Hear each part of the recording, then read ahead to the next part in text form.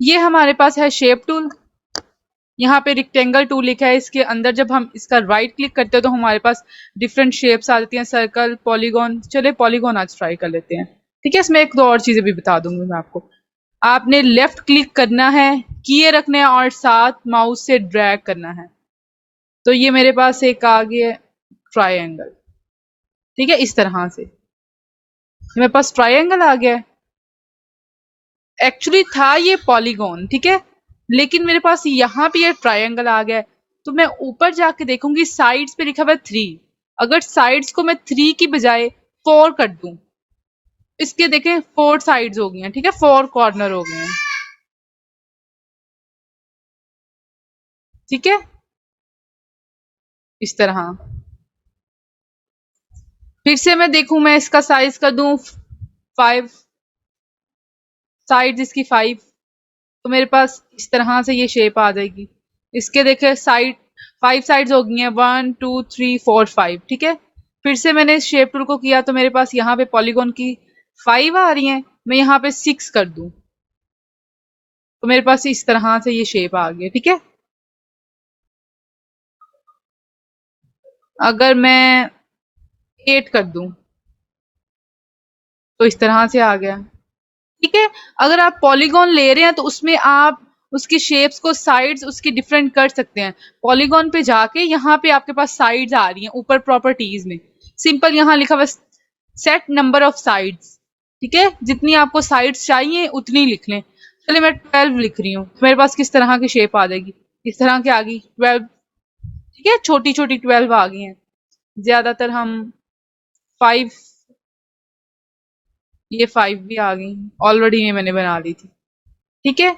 ये एक एक्स्ट्रा चीज थी हमारी इस शेप में, समझ आ गई।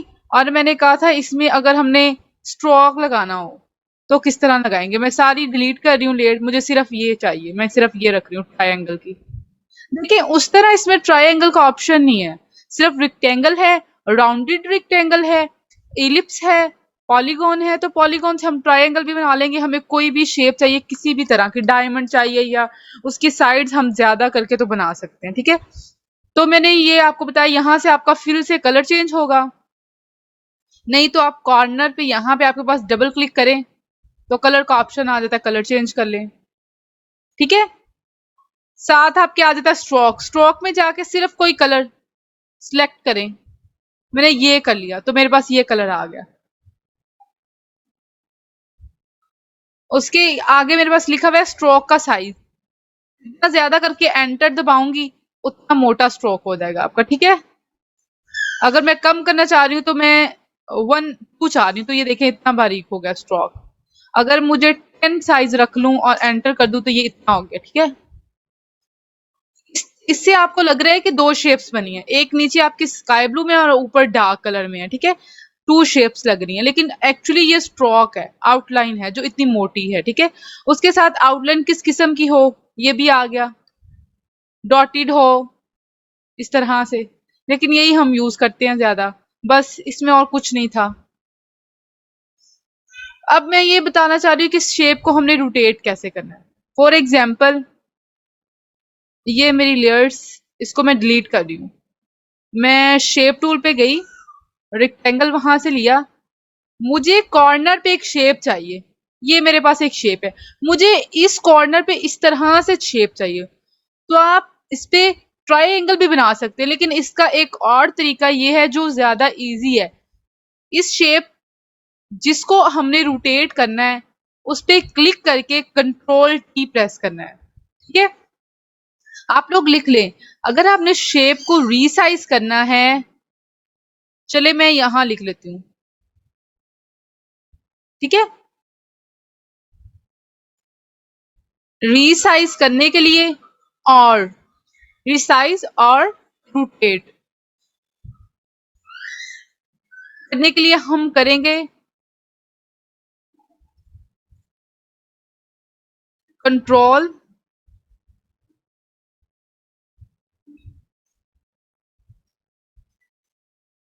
ई, ठीक है। ये मैंने लिख दिया यहाँ पे। अगर हमें किसी भी शेप को रोटेट करना है या उसको रीसाइज करना है, बड़ा छोटा करना है, तो हम कंट्रोल टी करते हैं। अगर किसी टेक्स्ट को या किसी भी इमेज को, बल्कि मैंने आप लोगों को सॉरी बताया था, ये इमेज को बड़ा करना है तो कंट्रोल टी से करेंगे हम। मैंने शेप को सिलेक्ट करके लेयर को कंट्रोल टी किया, फिर मैं इसको रीसाइज कर रही हूँ, ठीक है, शिफ्ट करके, ताकि ये इक्वल साइज में बड़ी हो, ठीक है, इस तरह से। तो मैं नीचे कर रही हूँ। अब इसको रोटेट कैसे करना है, जब मैं जूम करती हूँ ना, तो वो एक्चुअली वो कर्सर और मेरी जो वॉइस है वो आगे पीछे हो जाए। तो आप लोग ऐसे गौर से देख लें, ठीक है। जब मैं इसको कंट्रोल टी करूंगी तो इस तरह से मेरे पास ये आ रहा है। जब मैं कॉर्नर पे ये जाऊंगी तो मेरे पास एक रोटेट का साइन आ रहा है, कर्व आ रहा है। उस कर्व क्लिक करके मैं उसको घुमाऊंगी तो ये देखें इस तरह से रोटेट हो रहा है ये। अब मैं इसको उठा के इस कॉर्नर पे ले जाऊं, इसको यहां से बड़ा कर दूं, तो ये देखें इस तरह का शेप मेरे पास कॉर्नर में आ गया, ठीक है। ये शेप को रोटेट करने का तरीका है। मुझे हाफ सर्कल चाहिए तो वो एक और शेप बना लें। इस कॉर्नर में मुझे चाहिए, कंट्रोल टी किया मैंने,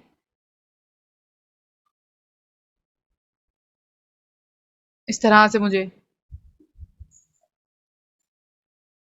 ठीक है।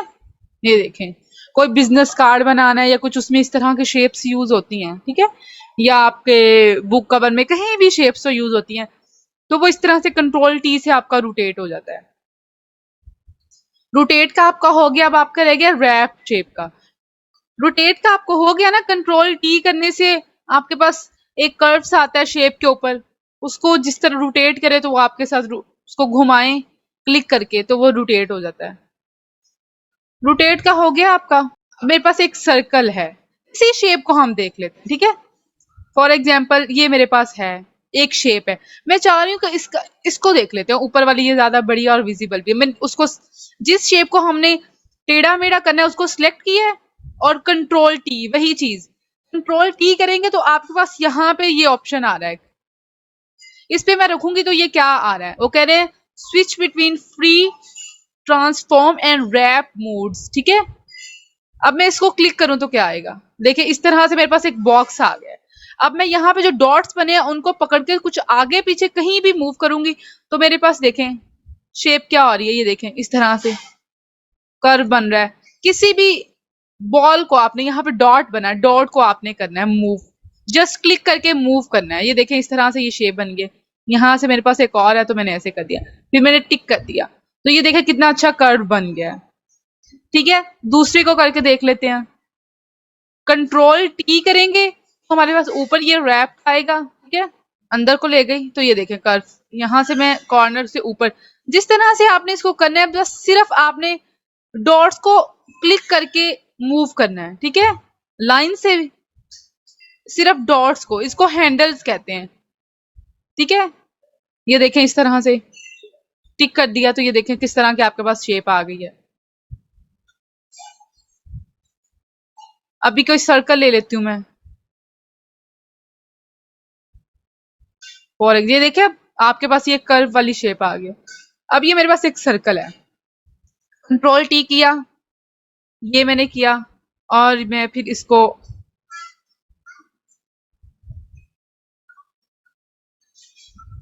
देखें कुछ भी किसी भी साइड पे मोड़ के आप इसको कर सकते हैं, ठीक है। ये देखें कुछ डिफरेंट तरह की शेप बनानी है, इसमें इमेज क्लिप करनी है, सिर्फ आपने डॉट्स को मूव करना है जस्ट, तो आप जिस साइड पे उसको लेके जाएंगे उस साइड पे आपकी शेप चली जाएगी। ओके, ये देखें इस तरह से।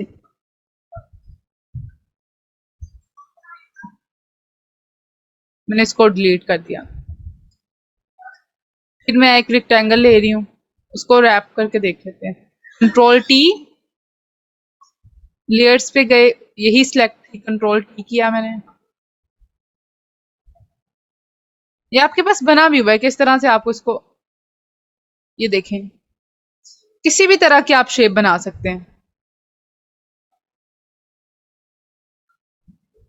ठीक है। देखें अब मेरे पास ये एक शेप बन गया डिफरेंट, जो कि ऐसे हम नहीं बना सकते, तो वो इससे बन जाएगी, ठीक है। सिर्फ कंट्रोल टी करना है और आपके पास ऊपर कंट्रोल टी और आपके पास यहाँ पे ये आ रहा है, ठीक है। री शेप करना है उसको, ठीक है, कुछ नई शेप देनी है तो सिर्फ यहाँ पे क्लिक करेंगे तो आपके पास ये एक बॉक्स आ जाएगा और उससे आपके देखें ये दोबारा से फिर से आ गया, जैसे मर्जी इसको कर लें।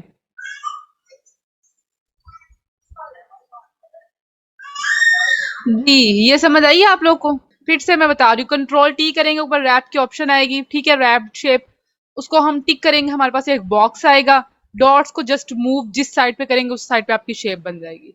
लेट्स सी, वो भी देख लें। शेप टूल हो गया, प्रॉपर्टीज एंड और शेप टूल भी हो गई। शेप और पाथ में मैंने कल बताया था कि पाथ सिलेक्ट हो तो वो आपकी शेप नहीं बनती, उसकी लेयर भी नहीं बनती, उसमें कलर भी नहीं होता।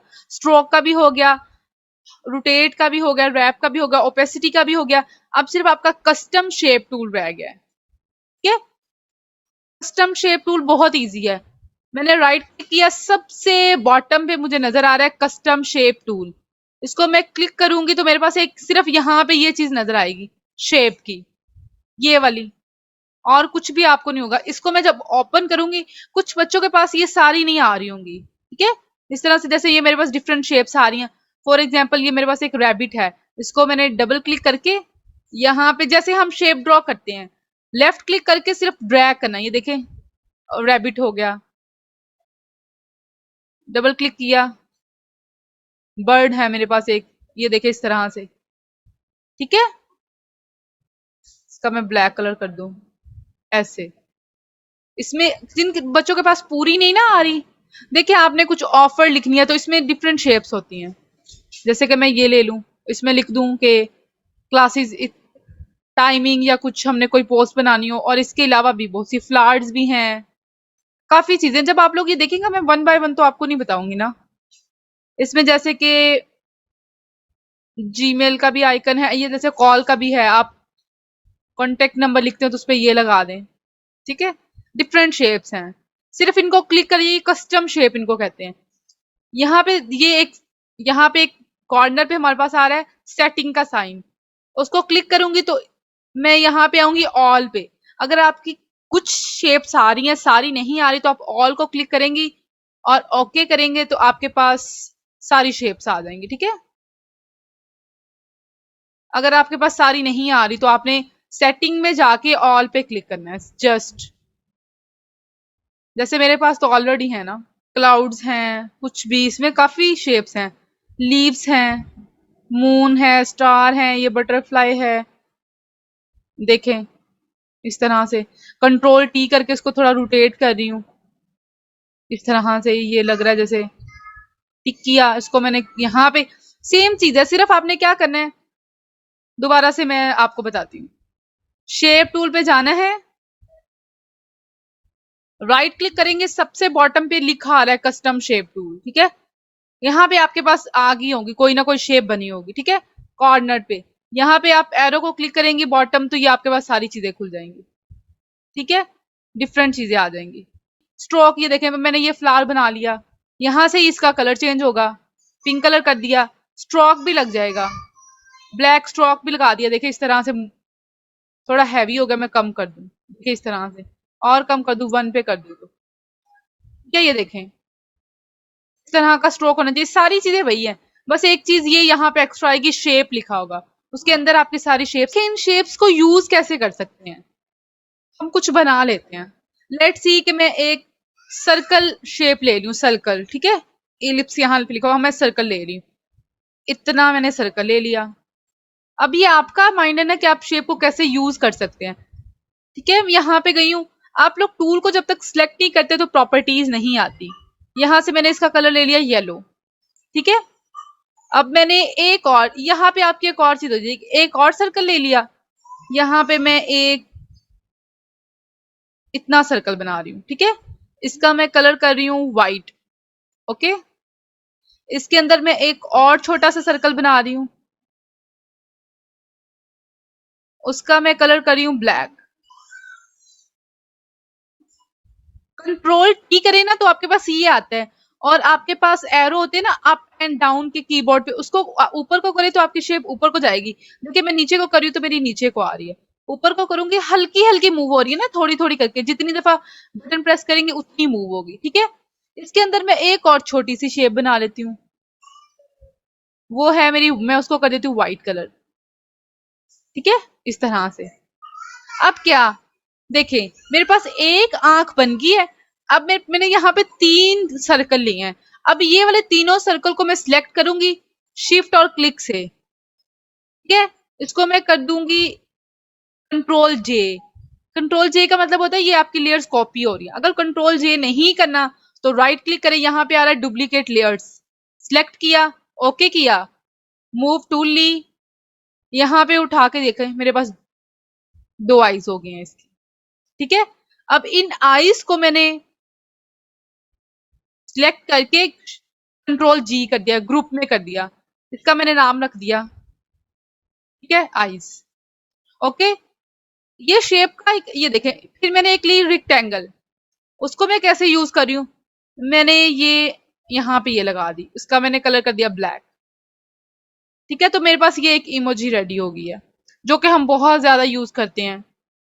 ठीक है, फोन में इस तरह से ये मैंने शेप को यूज किया। अब एक और ट्राई कर लेते हैं हम लोग। इसको मैं हाइड कर दूं।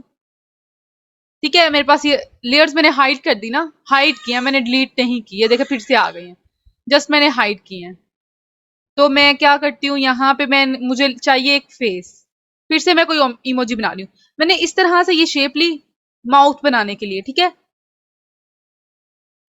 अब मुझे चाहिए कि ये हाफ हो जाए, यहां से दरमियान से हाफ हो जाए। तो हाफ कैसे करूंगी, ये मैं नया तरीका बता रही हूँ आप लोगों को, एक ये आप लोगों ने याद रखना है। ठीक है, गौर से। सबसे आपके पास सिलेक्शन टूल के नीचे एक टूल आ रही है, उसका नाम है रेक्टेंगुलर मार्क टूल। ठीक है, फिर से देख लें, उसको राइट क्लिक करें ना तो उसमें सर्कल भी आ जाता है, सिंगल रो भी आ जाती है, डिफरेंट आ जाती है। मैं रेक्टेंगुलर ले रही हूँ। ठीक है, मार्क है, ये सिर्फ हमें एक डॉटेड लाइन देगा। मुझे जितनी शेप डिलीट करनी है ना, मैं उतना उतना ये ड्रॉ कर रही हूँ कि देखें, मुझे ऊपर वाला इतना हिस्सा नहीं चाहिए, 10 मिनट में मीटिंग एंड होगी, मुझे सिर्फ नीचे वाला चाहिए। ये जो आपकी शेप है ना, इसको कहीं भी क्लिक करें ये आपकी गायब हो जाती है। आप इसको बनाएं, फिर कहीं भी क्लिक करें ये गायब हो जाएगी, सिर्फ एक आउटलाइन है।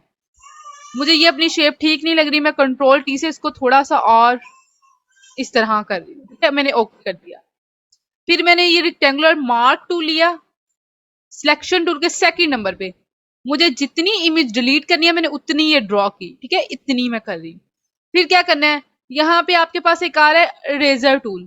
ठीक है, इरेजर आ रहा है, आपको नजर आ रहा होगा, मैंने ऊपर कर्सर रखा है, लिखा भी आ जाता है इरेजर बना हुआ है, आप लोग को पता चल जाएगा। ठीक है, इसको मैंने किया तो यहाँ पे ये देखें मेरे पास वो कह रहा है ये यूज नहीं होगा, this shape layer must be rasterized before proceeding. वो कह रहा है अगर आपने इसको यूज करना है अरेजर टूल को, तो आपको पहले अपनी इमेज जो है, अपनी लेयर है, वो रास्टराइज करनी होगी। ओके कर दे तो रास्टराइज कैसे होगी, कहीं भी ये ऑप्शन आ जाए तो वो देखिए मैंने ओके किया तो वो खुद ही रास्टराइज होगी। कंट्रोल जी कर रही हूँ, देखिए अब यहाँ पे रास्टराइज नहीं है, हमें ये शेप नजर आ रही है। राइट क्लिक करूंगी, यहाँ पे ऑप्शन आ जाएगा रास्टराइज लेयर, कर दिया तो ये देखें ये रास्टराइज हो गई है।